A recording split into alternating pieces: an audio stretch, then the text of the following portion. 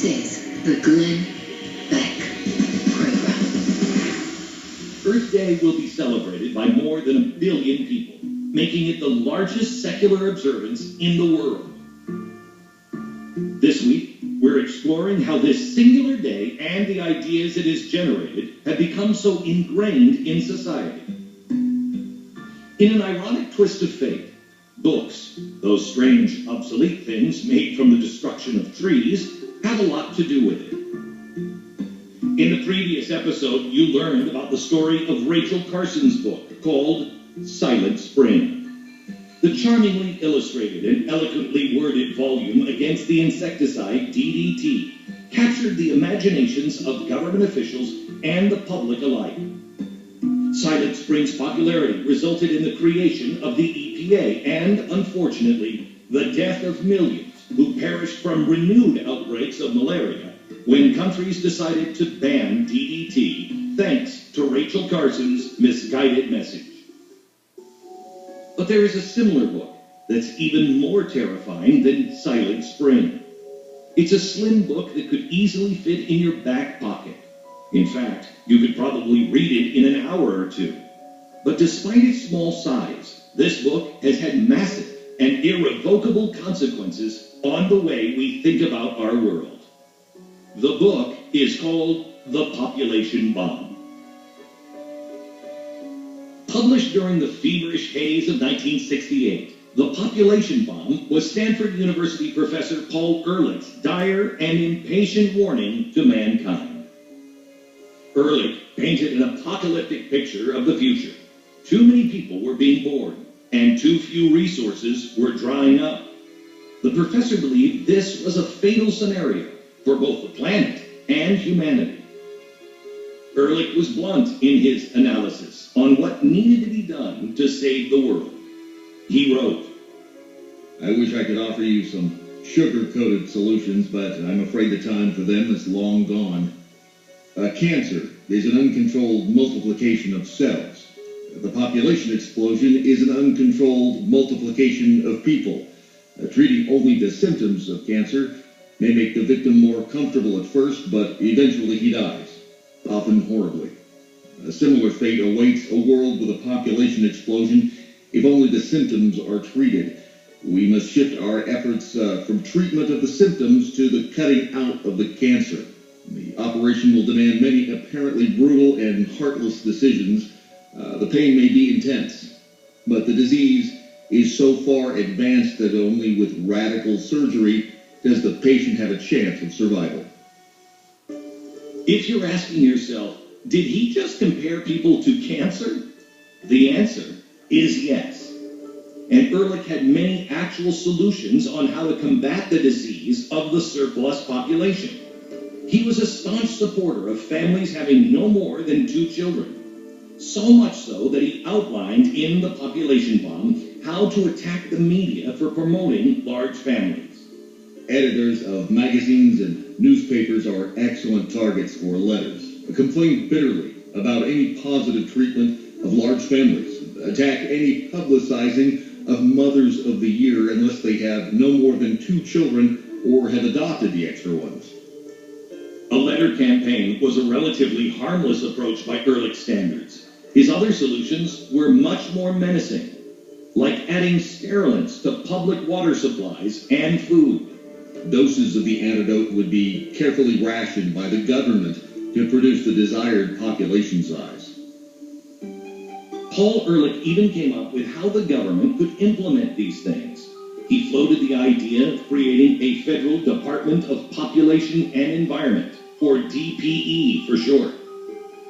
Ehrlich argued that one of the DPE's main focuses would be encouraging more research on human sex determination. His reasoning?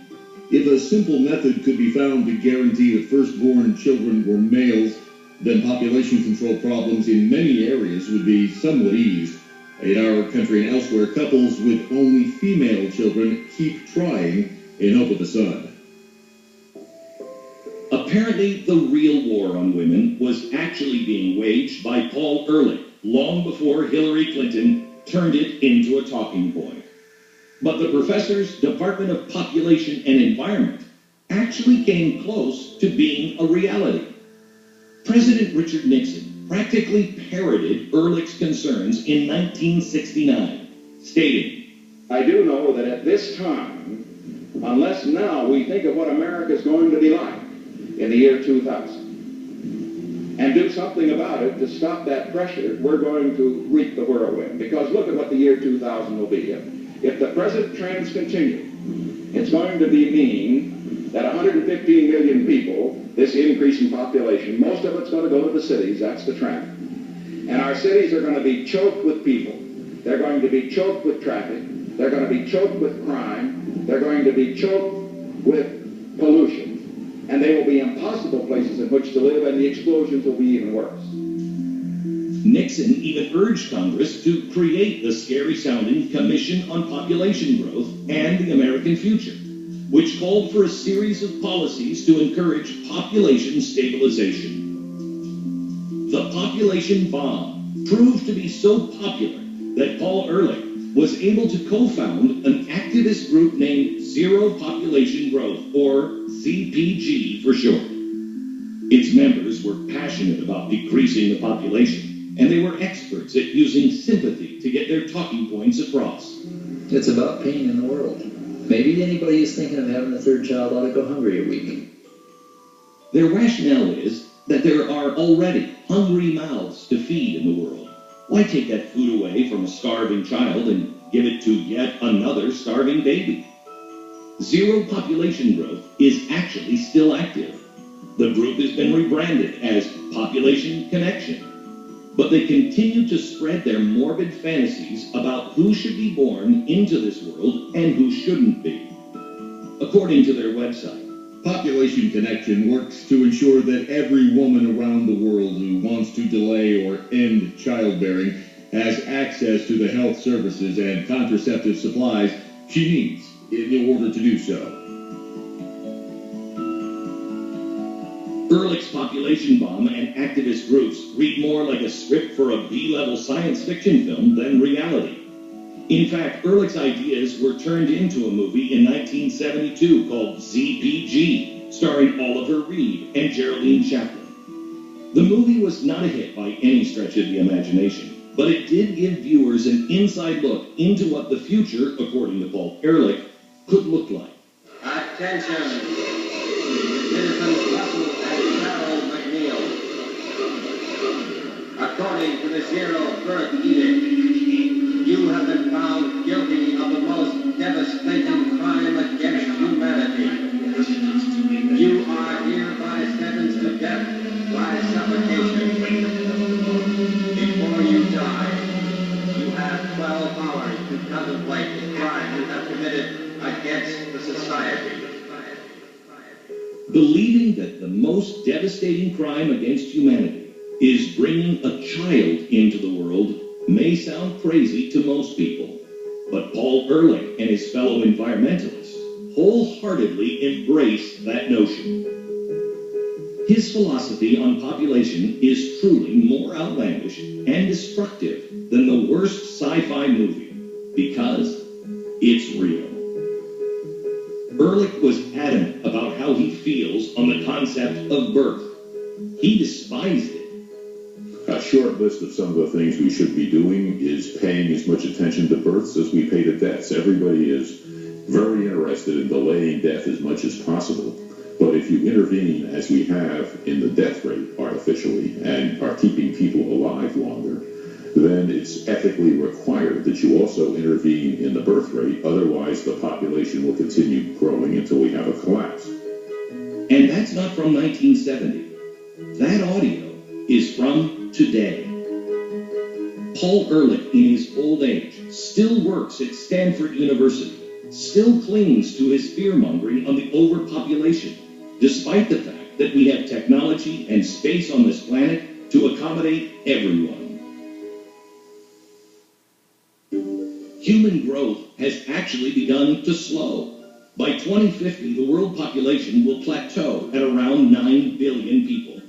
Sure, 9 billion sounds like a lot, but The Economist points out 9 billion people could fit shoulder to shoulder on the island of Maui.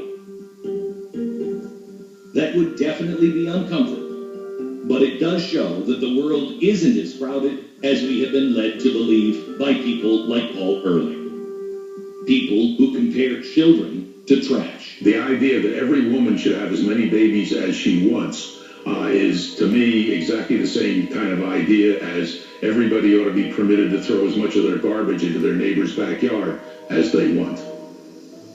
These just aren't words of a harmless, bitter old man. These are the words of a highly respected and influential figure in academia and in the environmental movement.